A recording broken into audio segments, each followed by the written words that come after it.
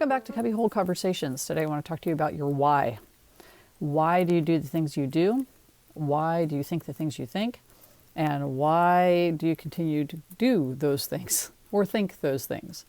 So I've been listening to a podcast by Mike and Megan Norp, who have a YouTube channel, but then they decided to do a podcast, and their podcast is, I think, No Place Like Home Podcast. I'll link it. I'm pretty sure it's called No Place Like Home Podcast. Where they're talking about all things home, which I think is a great subject matter, as a lot of people have come back to home more since COVID-19 hit, and a lot of people are still adapting to that and trying to figure out how that works for us. We've already homeschooled. Jason is working from home a lot more. I already did work from home, so we're very home-based, but then it's always good to get additional input on how to kind of navigate all of that and thought processes. And I like hearing what other people think and then seeing, well, do I agree with that or do I not agree with that? And one of the things they were talking about in their latest episode, which I think is coming out soon, I'm on their, it's like the only Patreon thing I've ever done was for that. So I got it early, but I think the general topic, I think it's coming out in the next couple of days, is on homeschooling. And one of the things they talk about is knowing your why for your homeschooling and why you homeschool. If you do homeschool, and if you don't homeschool but you're considering homeschool, know your why. And I'd like to add to that, if you're not homeschooling and you're using public school or private school or charter school or any of those, why do you do that? This can also be applied to everything else. But I was thinking about, like, why did we originally homeschool and why do we homeschool now? And those two things are not the same. So if you write down your why, if you actually physically write it down, which obviously most people would suggest actually writing down your why so you have it on paper, it really helps you understand why you're doing something, and then you can do it better. And then additionally, it helps you see maybe why am I still doing this when I don't need to be doing this? There's no reason for me to be doing this. So our why for when we started homeschooling, for example, was that Isaac was just really struggling in a lot of areas that school was not working. We were going to put him in a private school. That didn't work out. We tried a Montessori school, and the trial period didn't work. And we're like, they're just going to shut down his creativity because of these other issues. Let's see how homeschooling goes. My brother and his wife already homeschooled their kids. And so, like, we weren't unfamiliar with it. I think I actually probably would have done pretty okay homeschooling. School wasn't the best. So, I met my husband there, so I guess it's a good thing I went to school. Anyway, it's just knowing your why. So that was our why for why we started homeschooling. And then over the years, Isaac is in 6th grade now, and over the years, those reasons are still true. I still don't think he would do well in a traditional school setting. It just doesn't, it's not his vibe. It would completely go against who he is and conflict. And instead of working on the hard things he's not so great at and promoting the things he is great at, it would very much shut him down, I think. So, I'm speaking from my own experience of just like having areas of my life shut down that I then didn't rediscover till I was 30 something.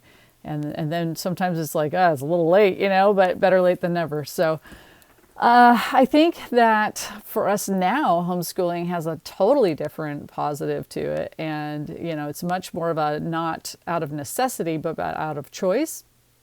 And so our whys for homeschooling now are still that it's a better fit for him than a traditional school. But it also involves just our absolute freedom to pursue the things he's interested in, to go deeper into any subject that we want to go deeper into, to scaffold up the things that he's struggling in. Like, he would have an IEP in math, and if he was in public school or traditional schools, he would have an IEP in math. And we're able to just do that at home and try all these different math techniques until we find something that works for him. And then when that stops working for him, we can back up, we can go forward, we can go laterally, we can go whichever direction we want to address that challenge in his life. And so we love the flexibility of it. We love the control of it, as far as, I know control kind of gets a dirty connotation to it with like, oh, you're controlling and all of this, but we have the opportunity to control what direction things are emphasized and what direction we can kind of drive his challenges and struggles as far as, like I said, scaffolding that up and building that up instead of saying, well, you're just terrible at this. You know, we don't believe, yeah, okay, you struggle in math, but you can always learn. And so that's our, you know, our big thing. And then the other reasons that we homeschool, those are primarily the reasons we homeschool. And then there's added benefits to homeschooling right now. Like we don't have to do active shooter drills, and we don't have this guy's being a bully. I mean, we still run into that at the parks. You know, it's not like we're totally living just in our house and not socializing. We go to park play dates all the time with random people we don't know, just, you know, big groups of people, and run into people and all of that. So you still have a lot of socialization happening. We still have those things, but you don't have the cliques and the levels of, oh, I'm a sports person and I'm a nerd and I'm a this, you know, all these categories don't tend to happen in a 3-hour play date at a park.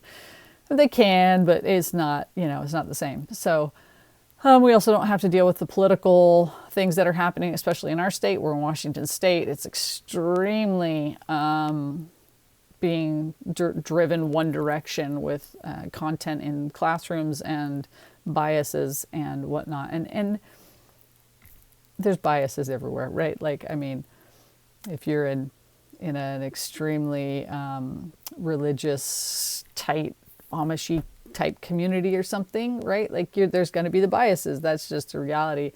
But when you're living in a state that the biases conflict with your personal views, it's nice to have the option to homeschool. Let's put it that way. It's nice to have the option to talk about those things in our family and say, well, this is what they believe and this is what they're teaching and this is what we believe and this is what we're teaching, and you get to choose what direction you'd like to go. So we like that. We like the freedom. So back to the why. That gives you kind of an example of the why evaluation is in regard to homeschool. But then there's also the question of why. Why is somebody struggling with something? So using Isaac's Math as an example, I was writing to my husband. I'm very much a words person, obviously. I can talk to the wall, and I can write to the wall as well. But I was sending my husband an email about Isaac's Math and the challenges there. And as I'm listing out, I'm like, here are all the things that make math hard for him. That's the why. That's why math is hard for him. And it just like a light bulb moment went on. I was like, okay, this isn't just these 3 things. There's like a list of 6 or 7. I can't remember how long the list was. But it was like 6 or 7 things that make math more challenging for him. And that doesn't mean it's impossible. Math for me was miserable. Math was not my thing. I mean, very, very challenging for me. I have dyscalculia, so I flip numbers. And when I'm stressed, if I'm not stressed, I do okay. So that's one of the things I'm working on with Isaac, is keeping his stress level with math low so he still wants to learn it, right? But just listing out the whys of why a problem is there is eye-opening as to then how can I address this problem, or how can I move forward in this situation. I had a situation the other day, unrelated to school, unrelated to math. It was just a personal issue where something happened and my reaction was this, da-da-da-da-da. And afterwards I went, why? Why did I react that way? Like, why was my reaction that? And I was like, man, I'm like Pavlov's dog. The text comes in and I'm like, go, go, go, go. And I realized that is not okay. Like, that is not how I should be responding. That is not a healthy response, but it is how I have been trained to respond. And so I'm like, oh, time for some retraining. Mommy needs some doggy biscuits. But seriously, think about the why of your life. Like, why do I believe this? Why do I do this? Why do I react this way? And really take some time to evaluate. And I think the more that we do that, the more we can see the why behind our actions and our thoughts and our reactions, and then make adjustments accordingly. I hope that this week is a wonderful week for you as we head thoroughly into the holiday season. Take some deep breaths and smile a lot and say Happy Holidays or Merry Christmas or whatever holiday you celebrate this time of year. Enjoy it. God bless. We'll see you next time on Cubbyhole Conversations.